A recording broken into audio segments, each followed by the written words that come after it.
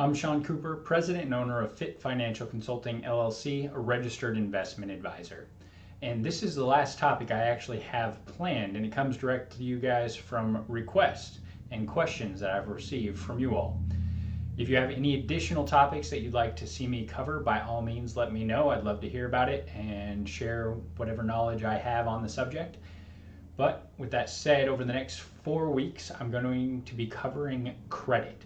Specifically, how your credit score is determined, how you can improve upon your score, how your score impacts the terms on loans and credit cards and things of that nature, and how those loans and credit cards in turn impact your credit score. So today specifically we'll talk about credit score, and then we'll discuss some of the things like credit cards and loans and other aspects of it in later weeks. Your credit score is impacted by a variety of factors, including your credit mix, number of credit lines, length of credit, your payment history, your utilization rate or percentage of your available balances that you're actually using, new credit, and this graph gives you a rough estimate of what that might look like. So this is a rough breakdown of how each of those factors impact your credit score. So I'm going to discuss each of those in more detail, as well as how to improve upon your credit or how to improve upon each of these factors. But keep in mind the 3 credit reporting agencies, Equifax, Experian, and TransUnion, they keep their proprietary algorithms that actually determine your credit score very much a secret. So what we're working off of here are really rough guidelines in all instances. To start out with, let's look at the number of credit lines and the mix, which is roughly a 10% factor, so not a huge contributing piece. But the number of credit lines can actually be a double-edged sword. On the one hand, more credit lines is generally speaking a good thing. However, too many credit lines, especially having a bunch of credit lines that are all maxed out or even inactive, can actually act against you. And they're also looking at the credit from a variety of sources. So having 3 credit cards all from the same company don't help your score the same way having 3 credit cards from 3 different companies might. To give you an idea, having 2 or 3 credit cards, maybe a mortgage, 1 or 2 car loans, something in that mix is probably a good place to start. But you want to monitor your credit score over time as well to see how adding or subtracting these credit lines might actually impact your score. Keep in mind, you don't want to play around with it too much just before applying for a loan like a mortgage or something. Next, we'll take a look at the length of your credit history, which has roughly a 15% impact on your credit score. And this one's much easier to understand. Unfortunately, it's also much harder to control. All they're really looking for here is that you've had the same credit line available to you for an extended period of time. And the longer, the better. Like I said, it's really easy to understand, but all you can really do is keep your credit line open, active, and wait, and wait, and wait. To give you an idea of what I mean by this, I actually have one credit card that I'm not particularly a fan of because it has an annual fee, and I really don't care for paying an annual fee on my credit cards. But I keep it open because it is my longest credit line.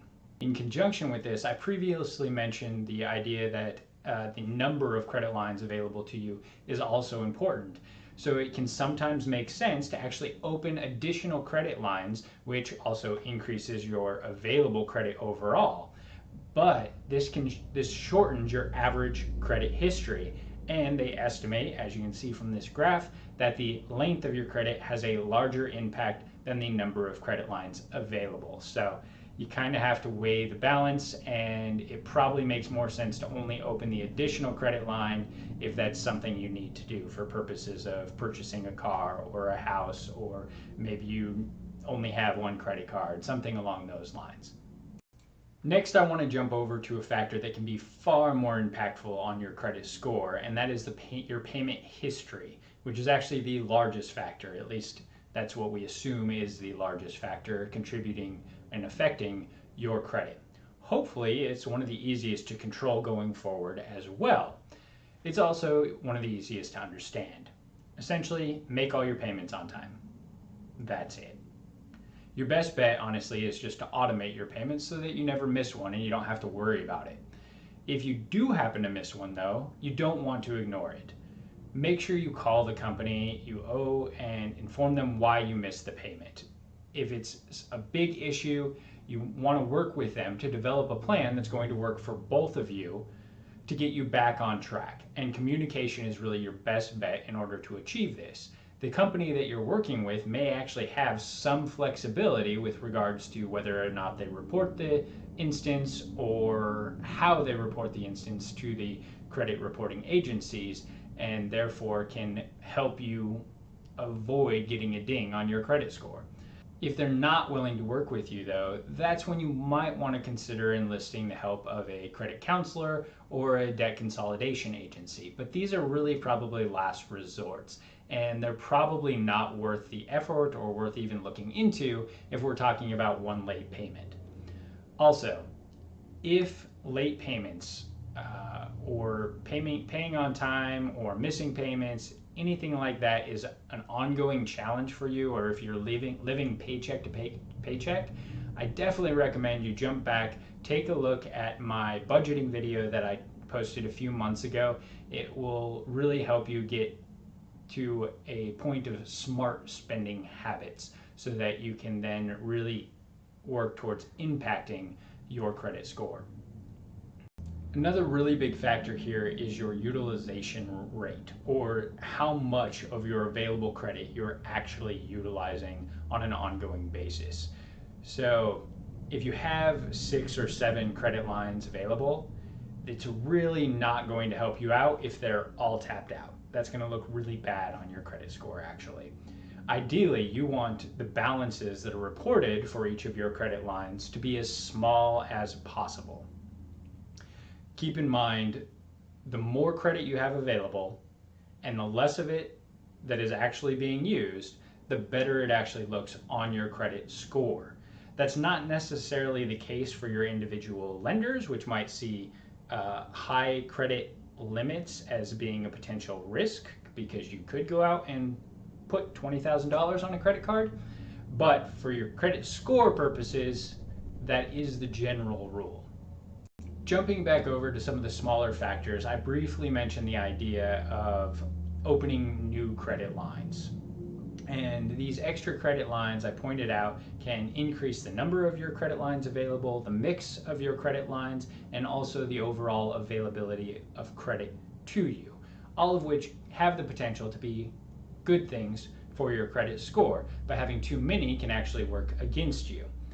The other thing to look for when it comes to new credit lines is they can make you look bad from a credit risk standpoint. And what I mean by that is if you regularly have new cards that open on a regular basis, or you open a bunch of new cards all at one time, or new credit lines, they don't have to be credit cards, it might look like you're about to go on a spending spree, or look like you're really just trying to shuffle debt around over and over and over again.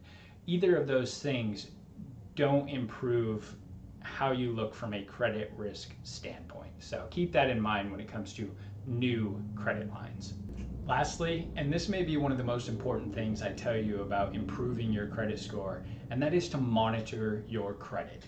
Many credit card companies and financial institutions will actually provide you with a free estimate of your credit score on a monthly basis. Additionally, the 3 reporting agencies that I mentioned earlier also provide you with a free report on an annual basis. They're required to do so. And because all 3 of them will provide it on an annual basis, you can request one report every 4 months, which really allows you to stay on top of any changes that occur to your credit score. The earlier you catch anything that's going on, the better.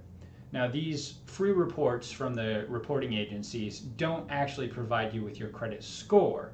So really what you're looking for are errors on the report, or potential identity theft or credit theft in this case, and any ways that you might be able to improve upon your credit score.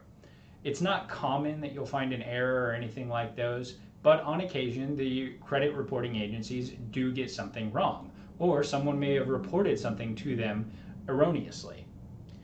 And you want to correct any of these errors as soon as possible. Spotting the errors on your credit or spotting identity theft, the sooner the better, is really going to help you out, because by the time you're applying for a loan, it's really going to be too little too late as far as correcting errors is concerned. And ending up with a higher interest rate on a 30-year mortgage for your house due to an error is going to be infuriating. So request your reports. You can actually go to www.annualcreditreport.com, and I'll include that in my description here for your reference. But again, that's www.annualcreditreport.com. That really wraps up the discussion for your credit score.